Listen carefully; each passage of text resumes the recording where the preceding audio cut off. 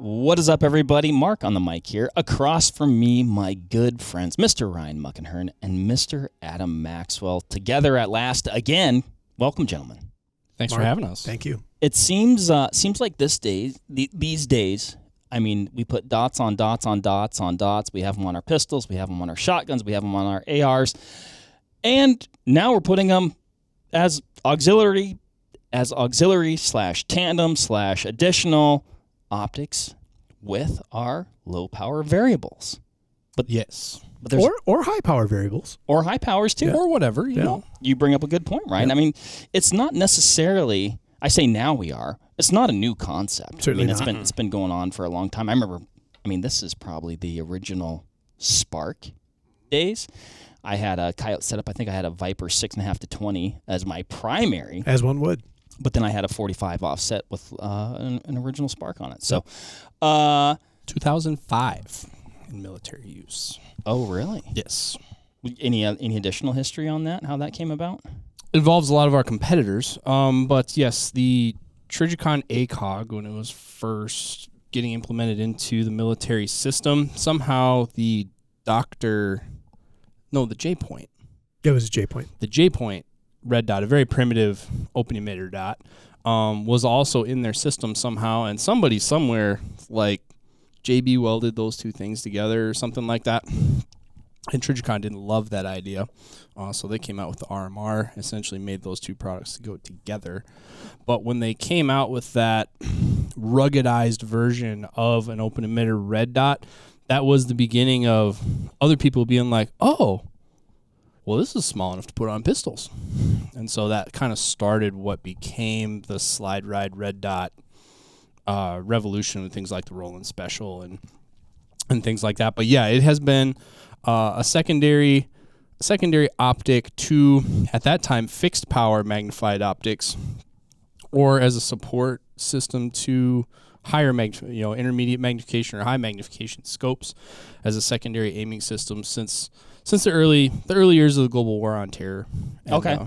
Yep. And then the technologies continue to evolve, both the dots themselves and I would say more recently the mounts.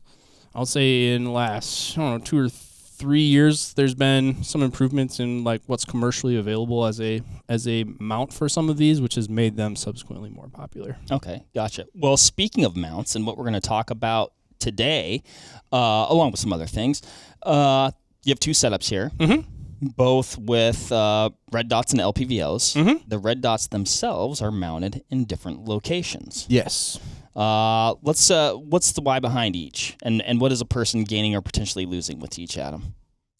So long and short of that, essentially your options are mounted at a 45-degree offset to the primary optic. So if the primary optic is at 12 o'clock, this would be at 9:30 or 10. And so essentially in an AR style system, you can shoot it the way you normally would, and if you want to use the red dot, you roll the rifle around the axis until the red dot is at 12 o'clock. And then you can use it that way. So it's a quick way to jump back and forth between the two.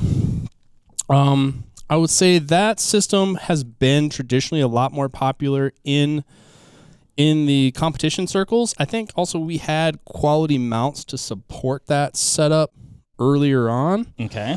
Because when you get into 12 o'clock mounts, that's fairly elaborate design and machine work to make that as rugged as it needs to be.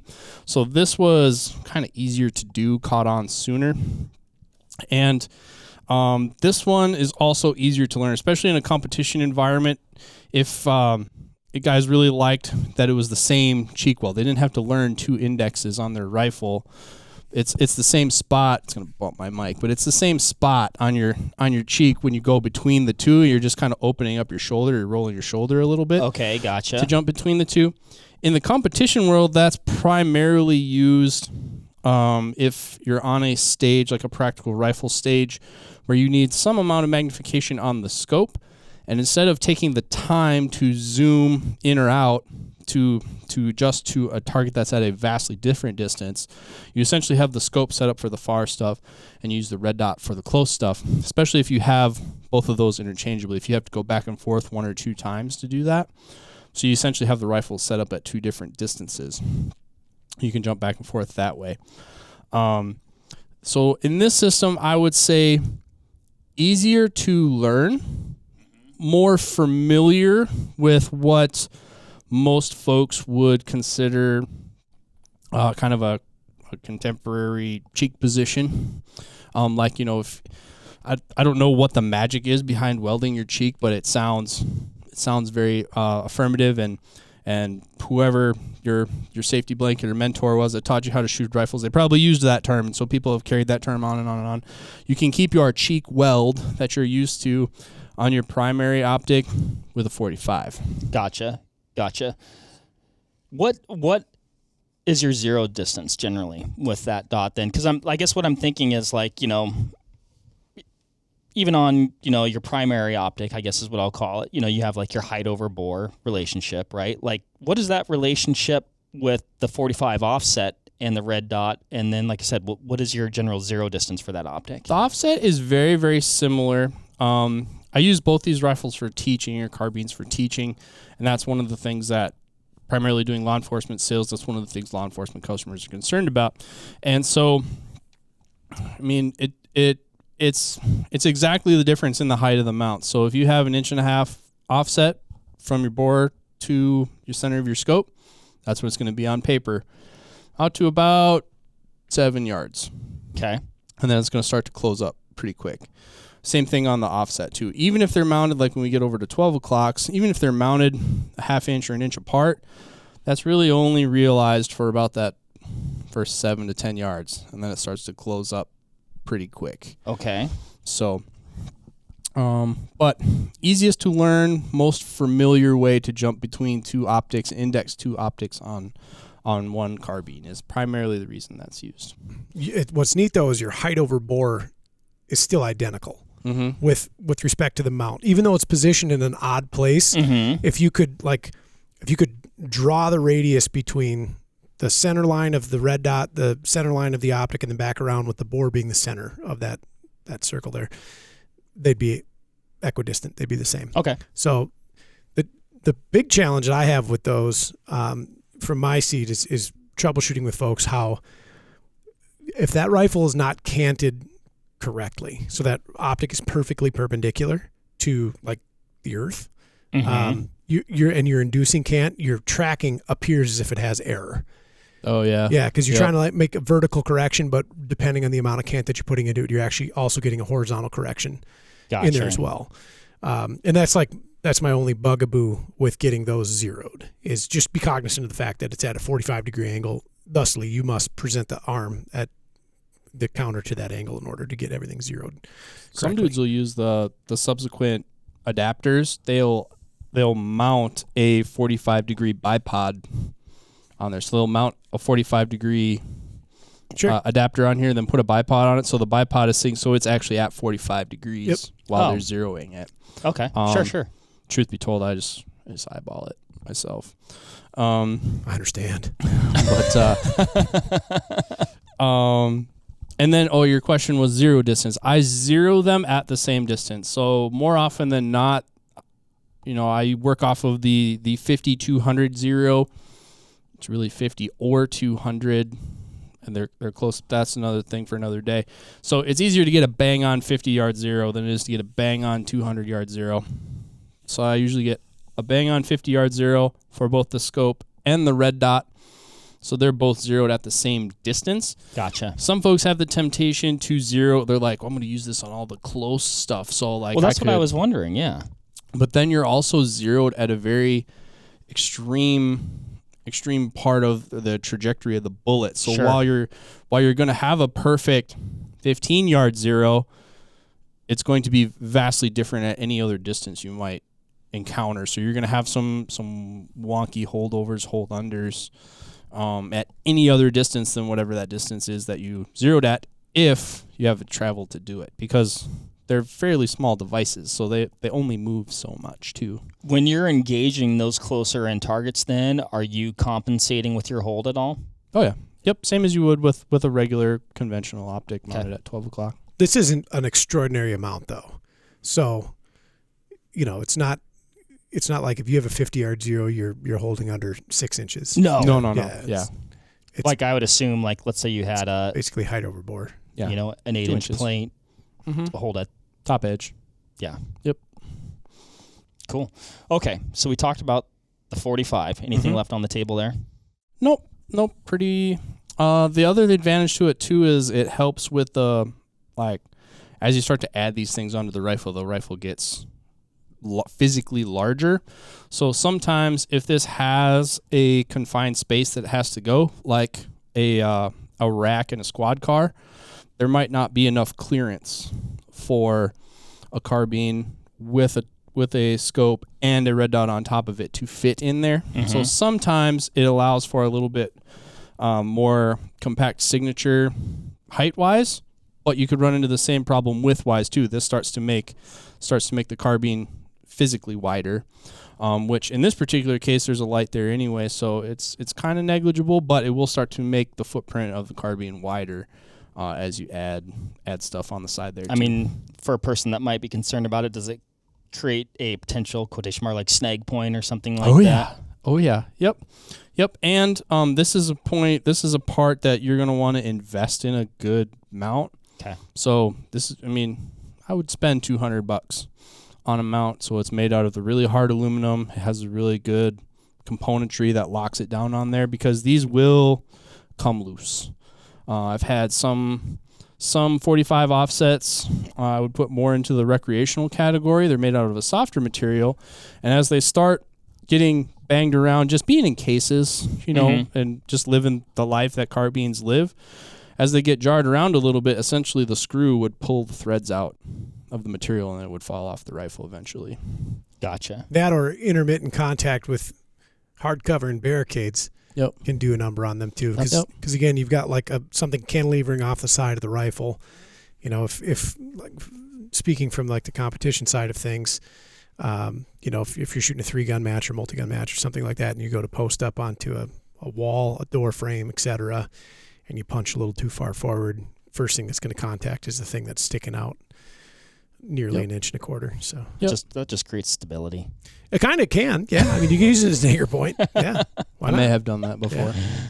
Oh, the other thing is if they're making you shoot weak side shoulder, or people who shoot switch around barricades and stuff, you can get off to the side and you can look at it without actually getting your cheek on the gun. So I've seen, I never shot open in competition when I used to shoot 3-gun, but 2 sights, one off of each side. So to attack the corner situation that Adam's talking about, like a hard lean out, you can pick one side and actually have a pretty easy solution, almost a natural motion. Come over, click, come over to the other side, click. And you're not having to like try to make the upper part of your torso erect while you're pivoting at the hips and leaning out. I don't know if that's still common practice. I have a confession to make. Go on. I almost did that. Yeah. For the sole reason of seeing if I could start the trend of people buying 3 red dots to put on their one gun in a capitalistic scheme to turn a profit. But our corporate values do not allow that. So it sounds like there's practical application. Sure. I mean, because I've heard of that before too. Yeah. So when I was shooting open too, I moved away from open. But one year I was like, I'm just gonna put a 3rd dot on there and see if people start doing it. I don't even care. They're like, I don't even care where I put it. Yeah. Same thing. I was gonna use breathe right strips just to see if people would start doing that. Sure. It's like it's the first time you see a guy who's wearing Solomon speed crosses, like back in the day when it was a Speed Cross 2. Yeah, you had to have them. Like, what kind of shoes that fella wearing? Dude, I've never seen shoes like that before. Oh, he's got the little he gets the winter one, so it's got the spikes in it. Yeah. Oh. That's how trends start. Boy, those were the days, weren't they? Oh yeah, it was a simpler time. And that brings us to 12 o'clock position. Thank you, Ryan, for the segue there. Now, I want to say this about 12 o'clock, because actually Adam learned me something on this. I'm not an auxiliary dot runner. I run a single sight on there. And whether that's just my own opinion or whether I picked it up from some folks, we have some very interesting people that come through the showroom from time to time.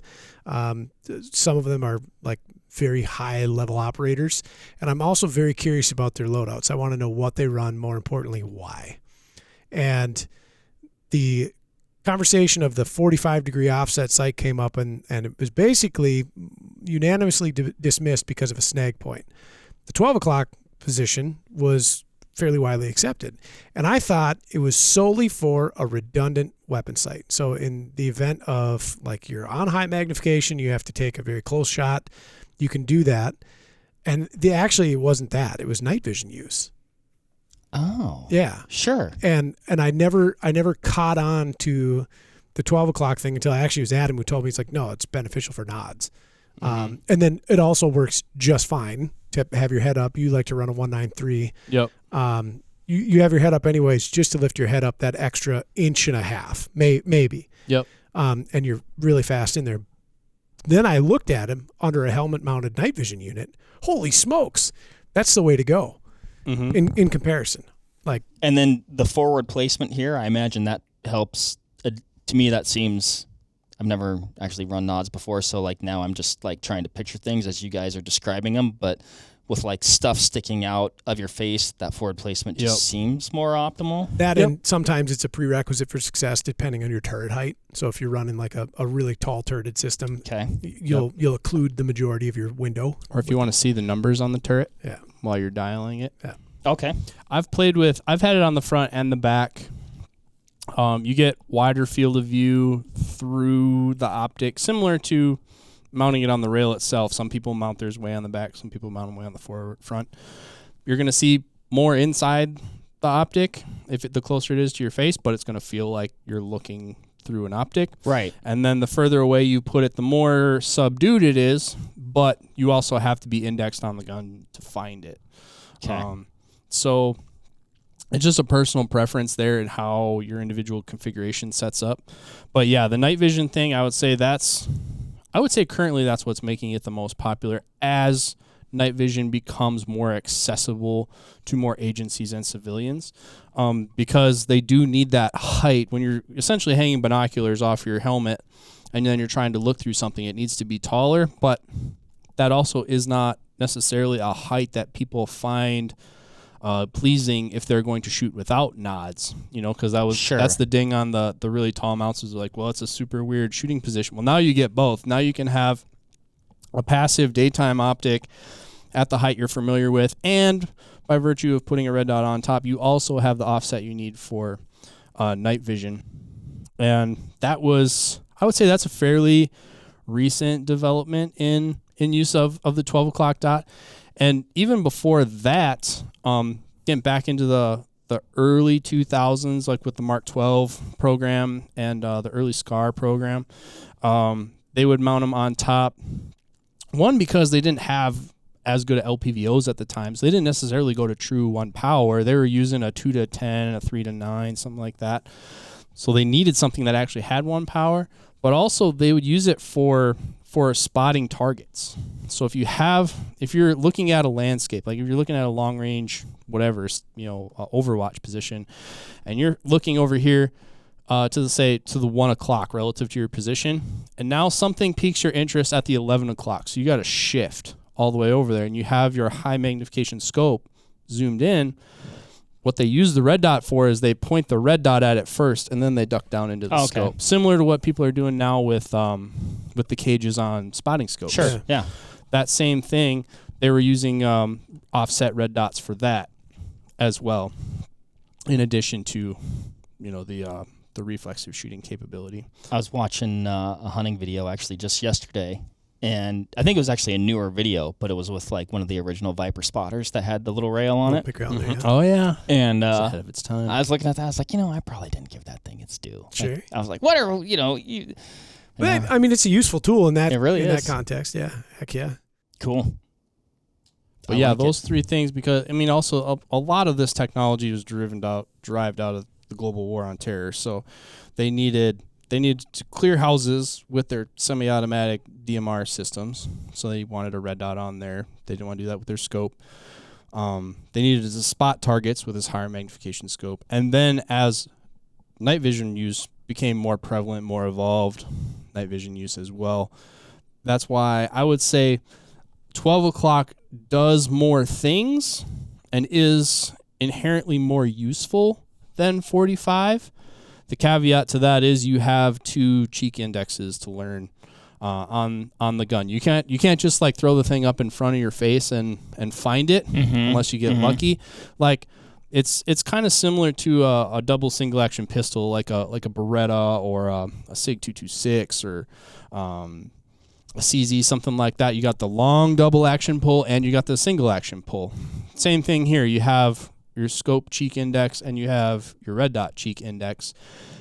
If you invest in learning both of those, not necessarily hard to do, but if you do have to make an investment of time to practice those things. But if you invest in that, I think ultimately 12 o'clock is more useful.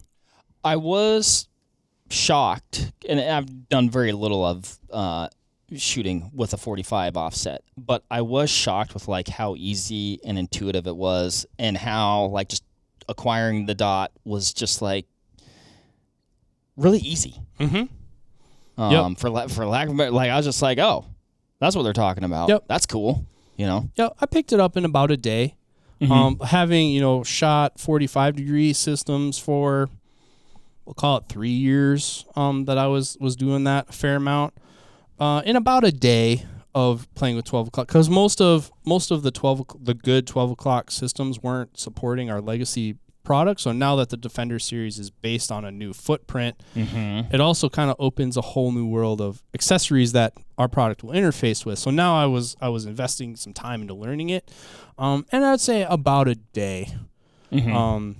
Jumping in on carbine classes taught by other people, just not using the scope. Now I can do anything with the scope that I can do with the red dot, but just like, okay, here's teaching a lot of LPVO as an occupation. I don't get much time to play with a red dot, so took that opportunity to do that. Yeah, it was about a day. Okay, and then it's pretty natural now after that.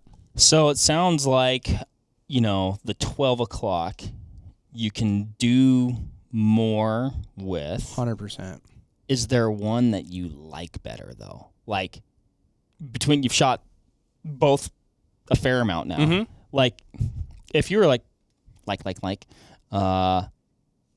if you didn't have nods, which I don't, would you be like, oh, I'll do a 45? Truth be told, I'm like Ryan. I wouldn't use either of them. Adam, you went from selling 3.